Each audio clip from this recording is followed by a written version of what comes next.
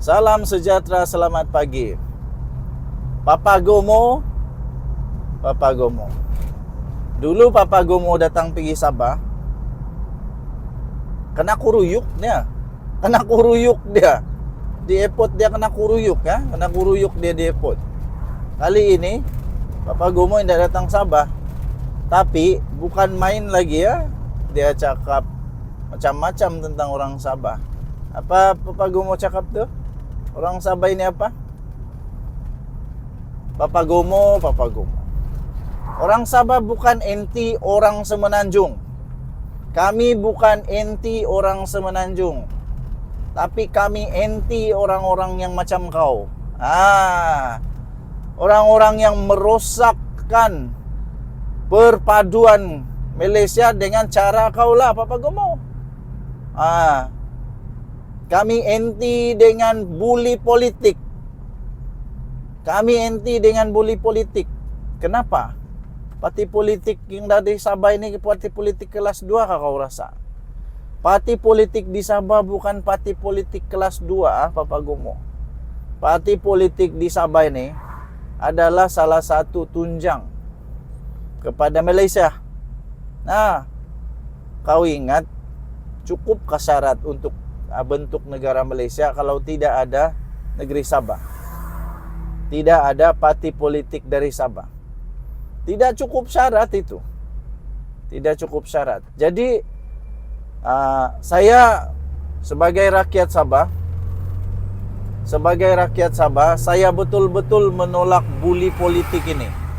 Saya betul-betul tidak setuju. Saya menolak, saya mengecam, dan saya benci bully politik ini. Kalau bully manusia itu teruk, bully politik pun sama juga teruk dia. Apa tidak teruk? Senang-senang saja parti-parti dari Sabah dibully. Lepas itu datang pergi Sabah minta maaf.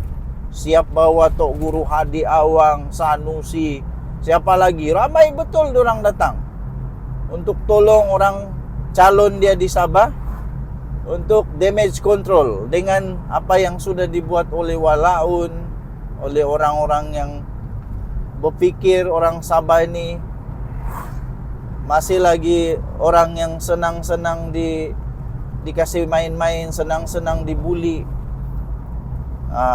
senang-senang dibully politik.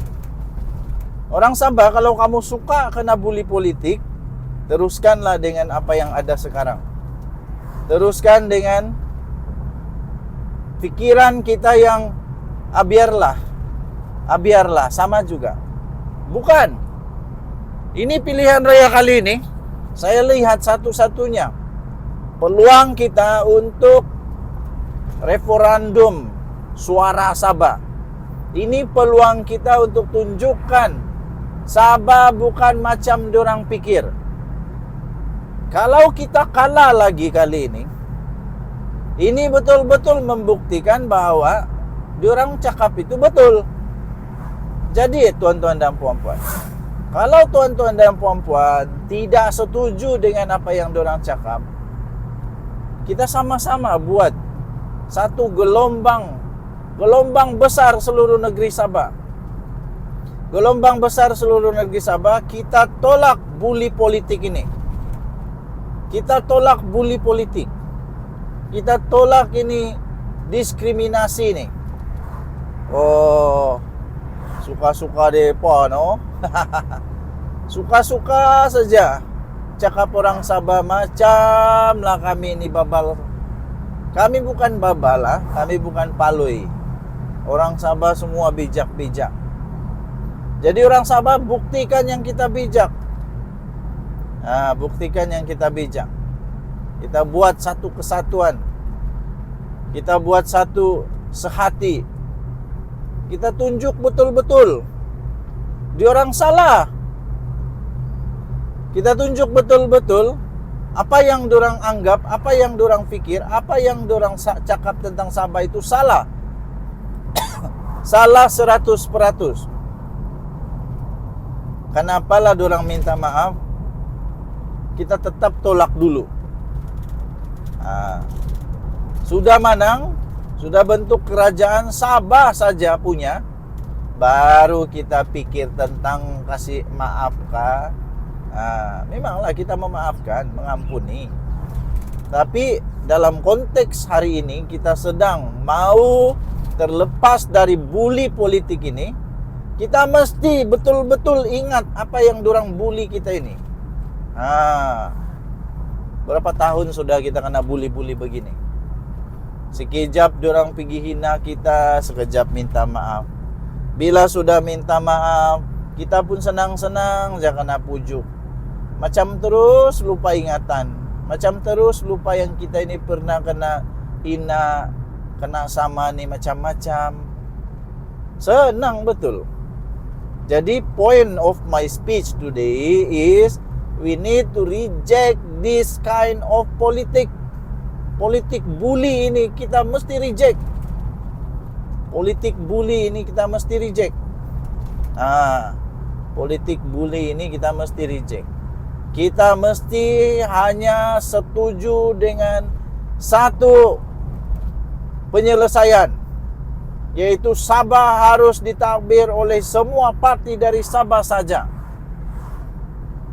Kita mesti ditadbir oleh semua parti dari Sabah saja. Itu saja penyelesaian tuntas dia. Itu saja penyelesaian tuntas dia.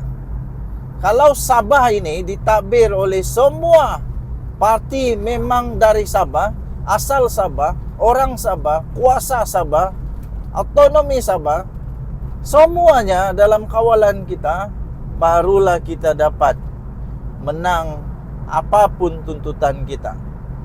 Barulah senang kita menang dengan apapun tuntutan kita. Apapun yang kita rancang senang. Sebab tidak ada orang lain yang kacau keluarga kita.